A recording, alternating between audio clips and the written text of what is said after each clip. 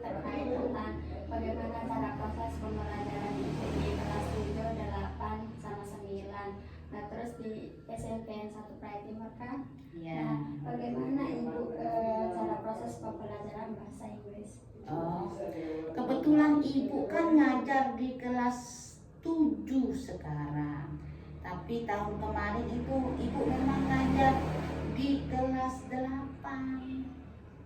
Begitu ceritanya. Kalau kelas 9 Ibu anggap jarang-jarang Ibu ngajar di kelas 9 karena ada guru senior yang lebih kompeten mungkin di kelas 9 itu. Makanya kadang berdirilah seperti itu. Kemudian kalau cara Ibu mengajar, Ibu ajarkan mereka itu bagaimana supaya menyenangkan belajar bahasa Inggris itu. Jangan sampai terpaksa dia ikut belajar, karena memang Ibu akui pelajaran bahasa Inggris itu agak sulit. Bukan Ibu ngeremehkan pelajaran yang lain, cuman Ibu rasakan memang pelajaran bahasa Inggris agak sulit. Kenapa Ibu katakan begitu? Kalau bahasa Inggris itu tidak kita pahami maknanya, kita tidak bisa menjawab. Lain dengan bahasa Indonesia. Kalau bahasa Indonesia, kamu ditanya, insya Allah bisa menjawab karena paham langsung apa yang ditanyakan. Tapi kalau bahasa Inggris itu, kalau tidak paham makna kalimat yang diucapkan itu, orang tidak akan bisa jawab juga. Contoh kecil saja. Ibu misalnya tanya siapa nama ibu bapaknya, padahal dia tahu nama ibu bapaknya, tapi dia tidak mengerti makna kalimat yang saya ucapkan dengan bahasa Inggris itu, makanya dia tidak bisa jawab. Paham nak? Ya, misal yang lebih jelas, bahasa Indonesia, pelajaran bahasa Indonesia. Ibu tanya, siapa nama ibumu? Siapa nama bapakmu? Ini khusus untuk kelas 7, kadang Ibu tanya seperti itu. Kalau kita menggunakan bahasa Indonesia, pasti dia bisa jawab langsung. Masa tidak tahu nama ibu bapaknya? Pasti dia tahu dan bisa dia jawab langsung. Tapi kalau bahasa Inggris, kalau Ibu tanya dengan menggunakan bahasa Inggris, what is your mother names? Seperti itu kan pertanyaannya, atau what is your parents name? Mereka tidak bisa menjawab. Kenapa? Karena tidak paham apa makna dari kalimat yang saya ucapkan itu. Oleh karena itu, kalau Ibu menekankan pada pemahaman itu, yang lain bisa menyusul. Dia harus paham dulu makna ucapan, perkataan yang didengar sehingga bisa menjawabnya. Seperti itu untuk kelas 7, kelas 8. Yang lain bisa menyusul. Ya? Oke. Lanjut. Kadang itu sebagian besar kan siswa menguasai kosakata bahasa Inggris, ada sebagian juga siswanya. Nah, terus siswa tersebut kan selalu berusaha menciptakan suasana belajar. Tergantung Ibu bagaimana cara menciptakan suasana belajar berbahasa Inggris itu agar terlihat nyaman, terus terlihat asik bagi siswanya agar tidak bosan. Iya. Kalau cara Ibu khusus di kelas 7, karena Ibu ngajar di kelas 7 ya, anak-anak itu kadang dia bosan, memang bahasa Inggris itu bosan sekali. Kita buat dia semacam permainan. Contoh sekarang, kita buat dia berkelompok. Nanti kelompok ini dia akan menceritakan apa yang dia ingin ceritakan. Entah itu dia ceritakan temannya, dia ceritakan pengalamannya. Nanti dia rame terus saling cerita dia.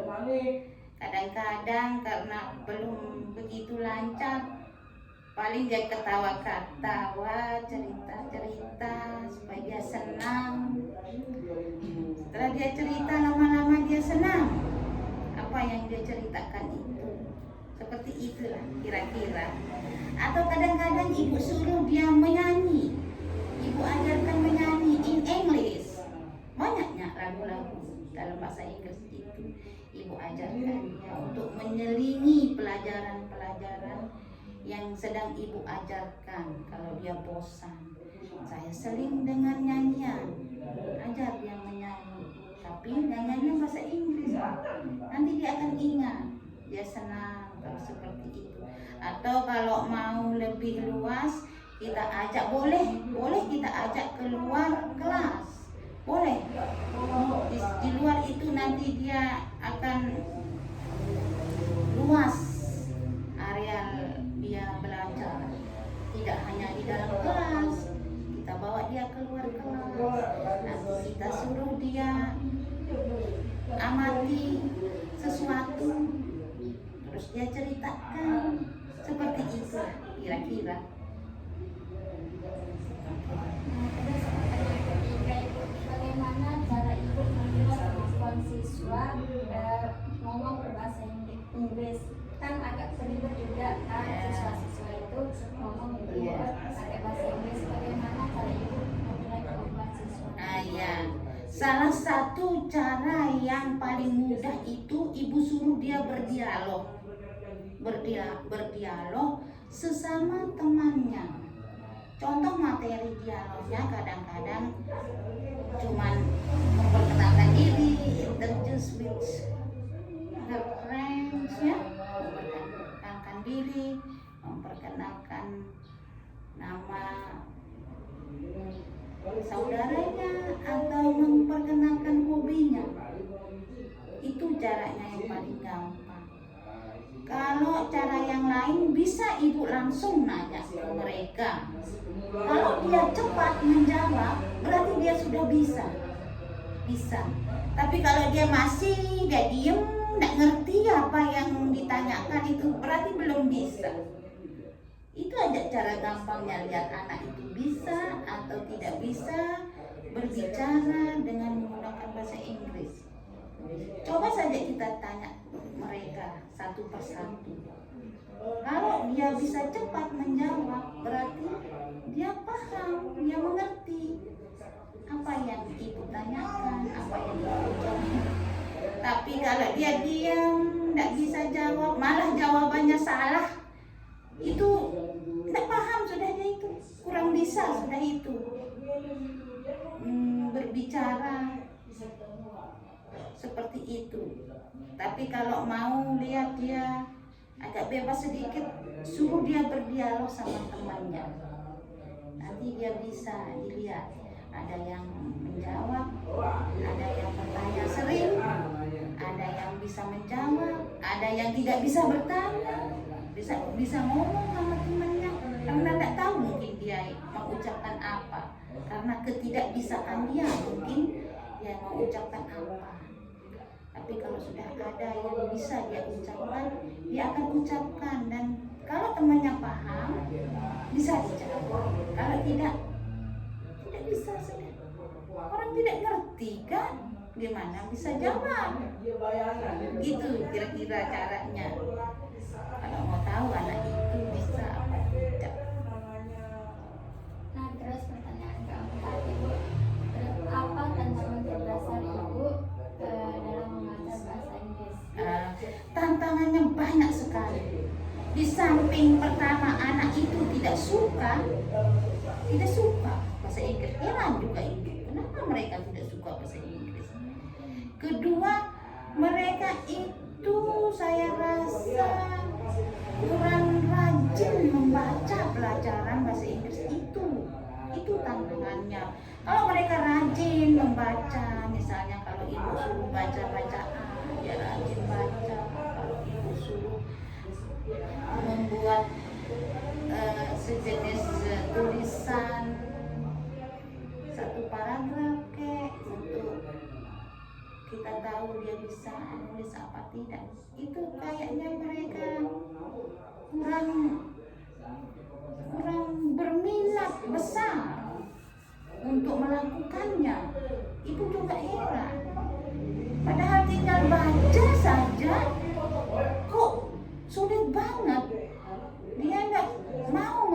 susah. Ibu tanya, kenapa kamu tidak mau baca? Baca saja nak, semampu kamu, ibu bilang. Ya tahu yang dia jawab, ibu saya tidak bisa. Makanya ibu ajar supaya kamu bisa. Coba baca saja nak, baca. Biar salah tidak apa-apa. Kadang mereka malu karena ketidakmampuannya.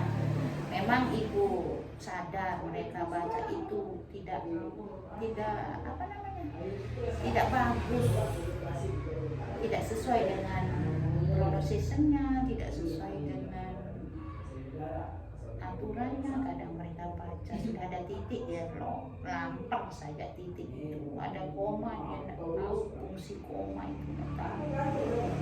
Dia baca kadang salah cara bacanya. Itu mungkin yang ibu rasakan sulit sekali. Cara dia belajar bahasa Inggris itu tidak begitu berminat, tidak begitu mau melakukan kegiatan yang berkaitan dengan peningkatan dia bisa belajar bahasa Inggris, sehingga kesulitannya di sana sudah. Mereka agak kurang sekali minatnya. Ibu bisa lihat dalam satu kelas itu yang betul-betul mau mengikuti pelajaran, yang betul-betul mau berminat bisa, itu cuma paling 5-6 orang. Selain itu asal-asal sudah. Tapi memang ibu sadar kalau anak-anak pintar insya Allah bisa. Tapi ini yang ibu susahkan, ini anak-anak yang sudah bodoh, tidak bisa, malas. Itu yang sangat ibu khawatirkan itu. Kalau dia kira-kira bodoh tapi dia rajin, mau ngikutin kegiatan-kegiatan yang dilakukan dalam pelajaran bahasa Inggris, insya Allah dia akan bisa. Tidak ada kan orang tidak bisa kalau sudah mau belajar, pasti bisa, mana-mana sekejap pasti bisa. Itu kesulitannya, nak.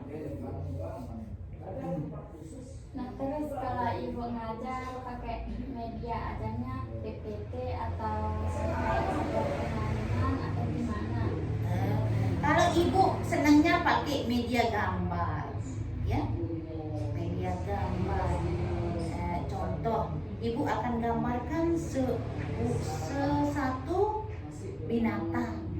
Nanti dari gambar binatang, seekor binatang itu bisa kita explore banyak sekali pertanyaan.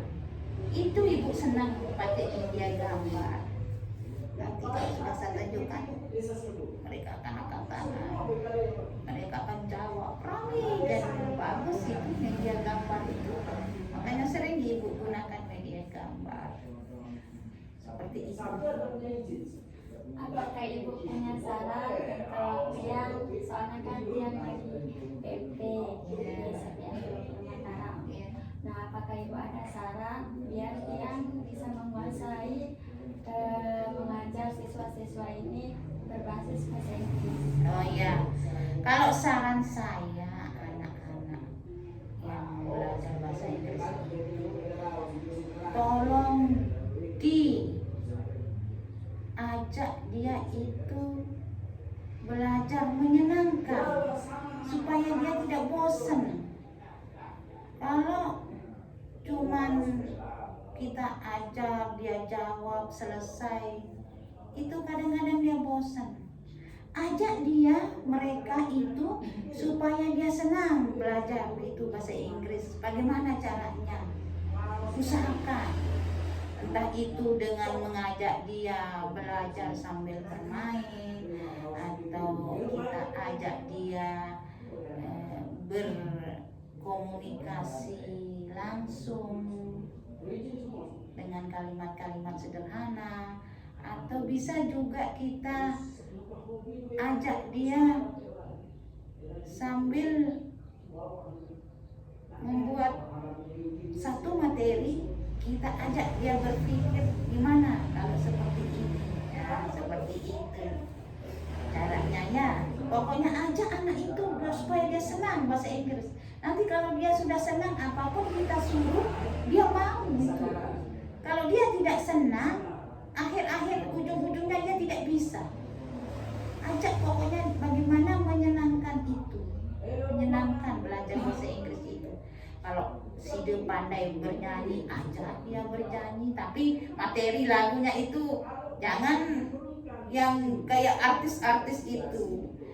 Materinya tentang pelajarannya, banyak kok materinya tentang pelajarannya. Lagu-lagu itu tinggal si dia cari aja keluar di HP lagu-lagu itu kan. Atau ajak dia, pokoknya dekati mereka itu, ajak dia apa, tanya dia kesulitannya apa. Nanti dari jawaban mereka kita bisa tahu, oh saya harus begini ternyata sama anak ini begitu. Soalnya anak-anak kadang dia tidak sama kesulitannya. Kadang anak pintar nggak terlalu sulit dia belajar, tapi anak bodoh itu kan agak sulit dia belajar. Jadinya dekati dia dulu, terus bagaimana nanti kita ajak dia untuk senang belajar bahasa Inggris. Bagaimana dia supaya cepat bisa, kita kasih dia tips-tips cara-caranya supaya mereka cepat bisa, seperti itu ya. Oke. Nanti asli kok cuma itu saja. Oh, cuma itu saja. Soalnya ini tugas video MK dari Ya, dosen. ibu ini belum apa ini pakai sarung, pakai masa dikasih lihat itu orang nanti. Enggak, cuma apa namanya isinya aja, terus videonya yang rekam pakai rekaman, terus isinya ada yang ambil. Jangan kasih lihat gambarnya ya. Enggak. Ibu aneh, ibu kejeleknya belum mandi, belum apa-apa ini. Ya, jangan kasih lihat seperti itu. Malu ibu nanti. Nah, kalau rekaman suaranya ya boleh didengarkan, boleh. Biar didengar juga ada apa-apa. Ya, oke deh. Iya, Ibu. Oke. Ano, ganun sa ko, ano?